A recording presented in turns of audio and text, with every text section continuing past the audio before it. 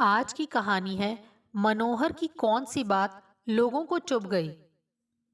सुनिए, पुरवई का फोन है, आपसे बात करेगी। मैं बैठक में फोन लेकर पहुंच गई थी। हाँ हाँ, लाओ फोन दो। हाँ पुरु बेटी, कैसी हो? तुम्हें एक मज़ेदार बात बतानी थी। कल खाना बनाने वाली बाई नहीं आई थी, तो मैंने वही चक्करदार जलेबी वाली रेसिपी ट्राई करी। खूब मज़ेदार बनी। और बताओ, दीपक कैसा है? हाँ, तुम्हारी मम्मा अब बिल्कुल ठीक है। अच्छा बाय। बिटिया का फोन लगता है। आगंतुक ने उत्सुकता जताई। जी, वह हमारी बहू है। बाप बेटी का सा रिश्ता बन गया है ससुर और बहू के बीच। पिछले सप्ताह ये लखनऊ एक सेमिनार में गए थे। मेरे लिए तो बस एक साड़ी लाए और पुरवई के लिए कुर्ता, टॉप्स, ब्रेसलेट और न जाने क्या क्या उठा लाए थे। मुझ बेचारी ने तो मन को समझा बुझाकर पूरी जिंदगी निकाल ली थी कि इनके कोई बहन बेटी नहीं है, तो ये बेचारे लड़कियों की चीज़ें लाना क्या जाने। और अब देखिए कि बहू के लिए। आपको तो बहुत ईर्ष्या होती होगी यह सब देखकर, अतिथि महिला ने उत्सुकता से पूछा।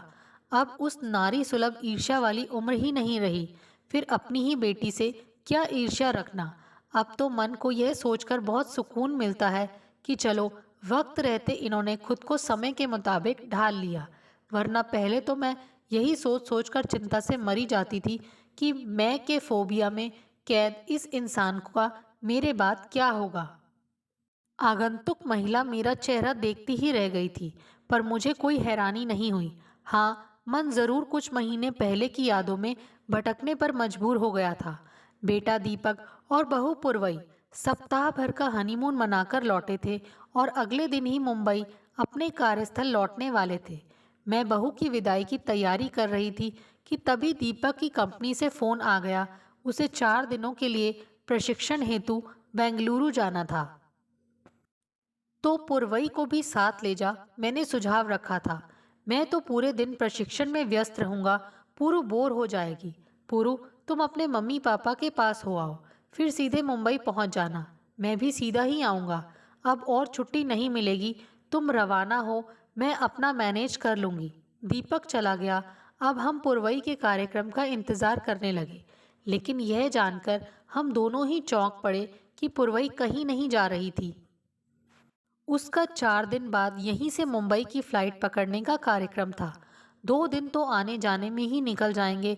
फिर इतने सालों से उनके साथ ही तो रह रही हूँ, अब कुछ दिन आपके साथ रहूंगी, पूरा शहर भी देख लूंगी।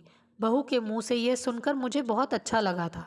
सुनिए बहू, जब तक यहाँ हैं, आप ज़रा शाम को जल्दी आ जाएं तो अच्छा लगेगा। इसमें अच्छा लगने वाली क्या बात है? मैं दोस्तों के संग मौज मस्ती करने या जुआ खेलने के लिए तो नहीं रुकता हूँ। कॉलेज में ढेर सारा काम होता है, इसीलिए रुकता हूँ, जानती हूँ। पर अगर बहू शाम को शहर घूमना चाहे तो कार घर पर ही है, उसे ड्राइविंग आती है। तुम दोनों जहाँ जाना चाहो चले जाना, चाबी पड़ोस में दे जाना।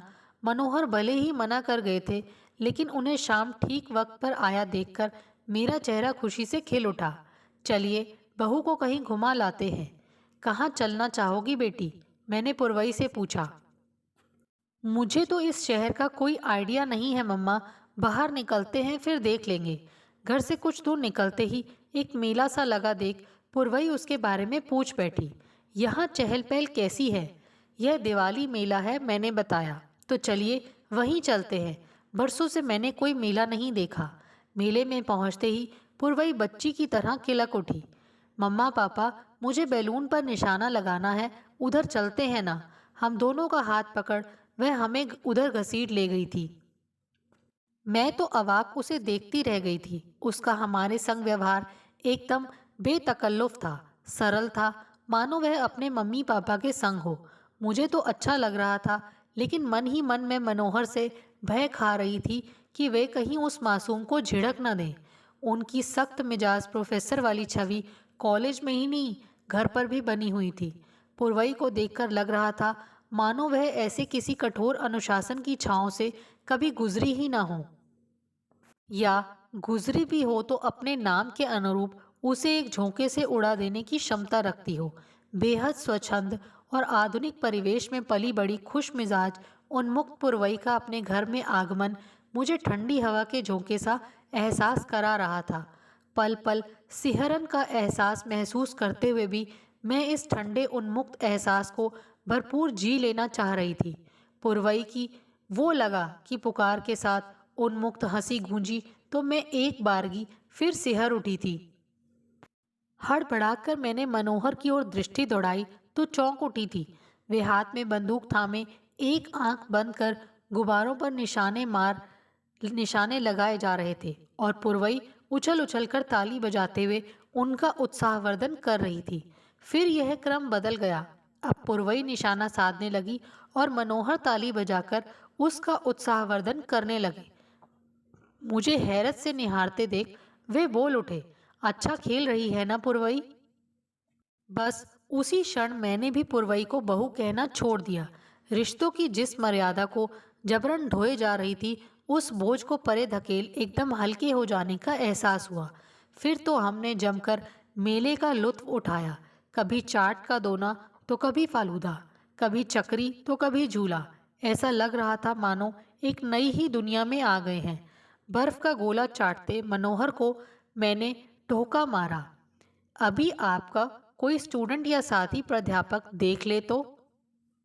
मनोहर कुछ जवाब देते इससे पूर्व पुरवई बोल पड़ी, तो हम कोई गलत काम थोड़े ही कर रहे हैं। वैसे भी इंसान को दूसरे के कहने की परवाह कम ही करनी चाहिए। जो खुद को अच्छा लगे वही करना चाहिए।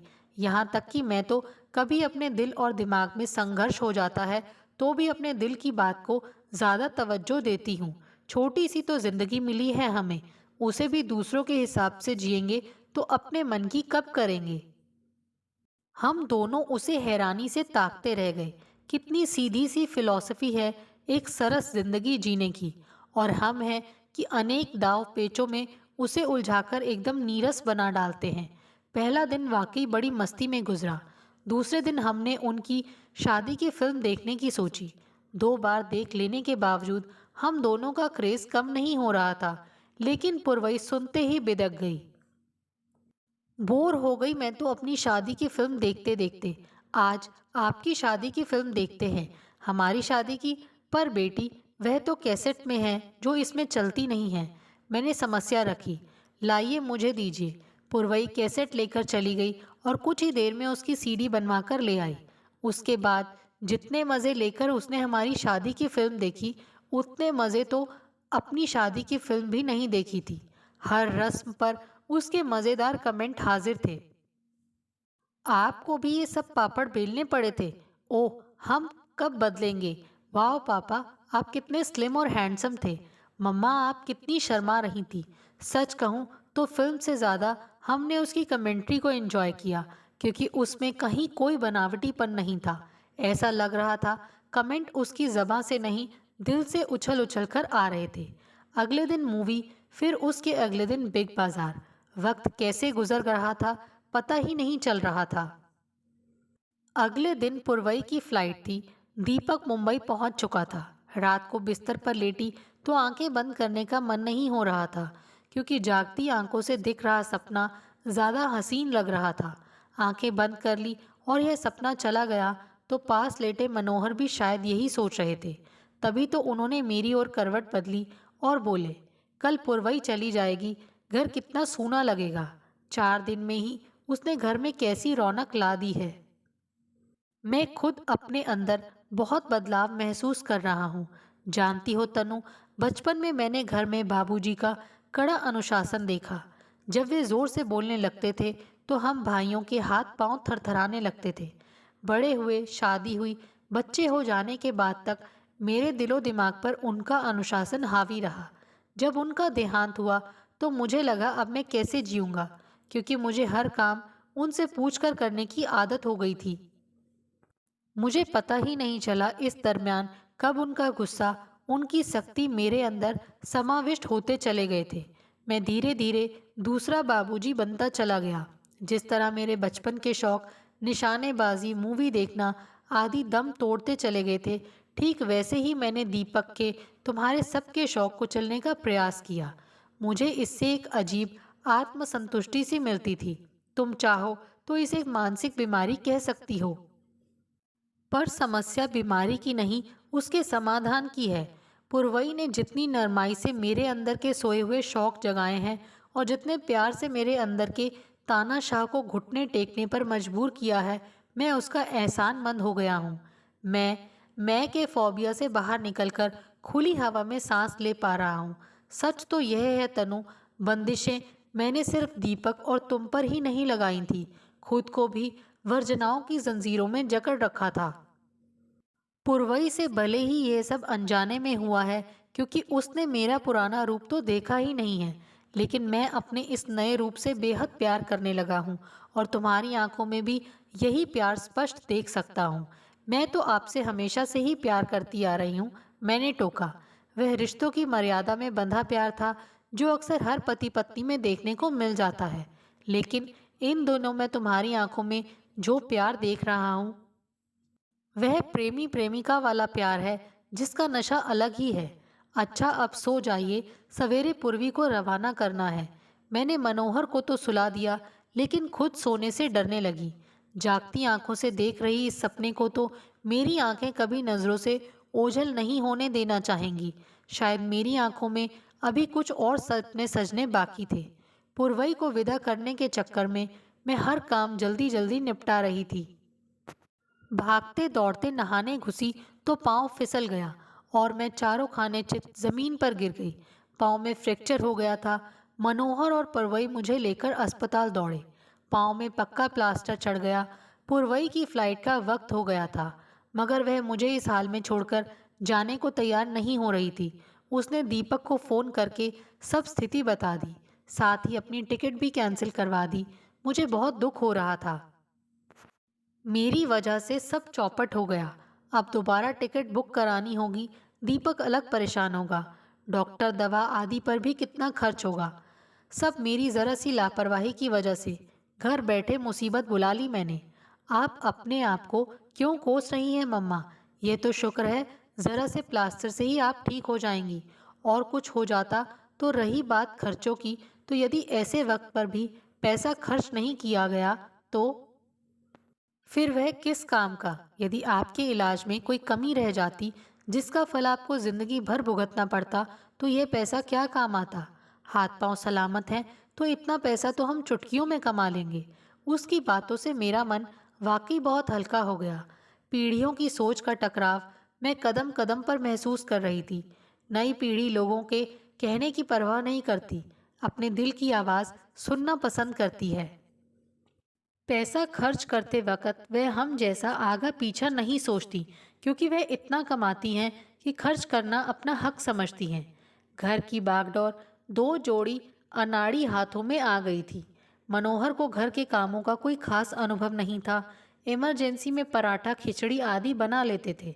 उधर पुरवई भी पहले पढ़ाई और फिर नौकरी में लग जाने के कारण ज़्यादा कुछ नहीं जानती थी।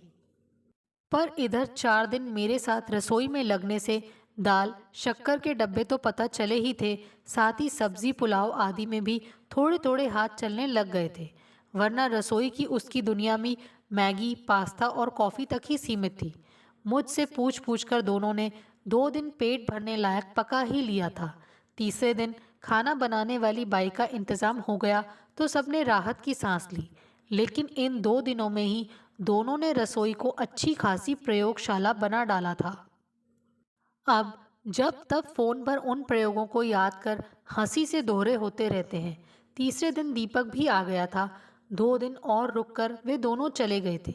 उनकी विदाई का दृश्य याद करके आंखें अब भी छलक उठती हैं। दीपक दीपक तो पहले पढ़ाई करते हुए और फिर नौकरी लग जाने पर अक्सर आता जाता रहता है, पर विदाई के दर्द की जो तीव्र लहर हम उस वक्त महसूस कर रहे थे, वह पिछले सब अनुभवों से जुदा थी। ऐसा लग रहा था बेटी विदा होकर बाबुल की दहलीज लांघकर दूर देश जा रही है। पुरवई की ज़बां पर यह बात आ भी गई थी। जुदाई के ऐसे मीठे दर्द की कसक एक बार तब उठी थी जब कुछ दिन पूर्व मायके से विदा हुई थी। तब एहसास भी नहीं था कि इतने कम अंतराल में ऐसा मीठा दर्द दोबारा सहन करना पड़ जाएगा। पहली बार मुझे पीढ़ियों की सोच टकराती नहीं, हाथ मिलाती महसूस हो रही थी। भावनाओं के धरातल पर आज भी युवा प्यार के बदले प्यार देना जानते हैं और विरह के क्षणों में उनका भी दिल भर आता है। पुरवई चली गई। अब ठंडी हवा का हर झोंका घर में उसकी उपस्थिति का आभास करा जाता है। दोस्तों, आपको हमारी ये कहानी कैसे लगी? प्लीज़ कमेंट्स करके बताइए। Thanks for watching this video.